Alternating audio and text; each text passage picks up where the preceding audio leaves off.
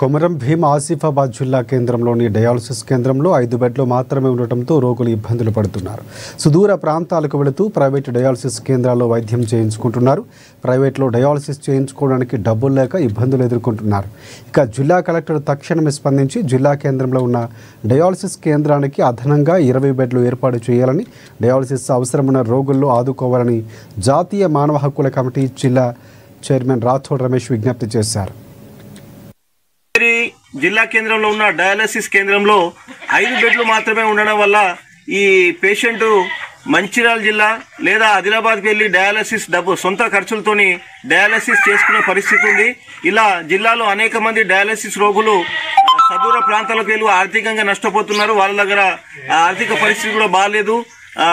ఇప్పుడు ఈ షెల్కే ఉత్తమ్ అనే వ్యక్తి అతని దగ్గర డబ్బులు లేకపోవడంతో బాధపడుతూ ఉన్నాడు. డయాలసిస్ అతనికి ఈరోజు అవసరం ఉంది.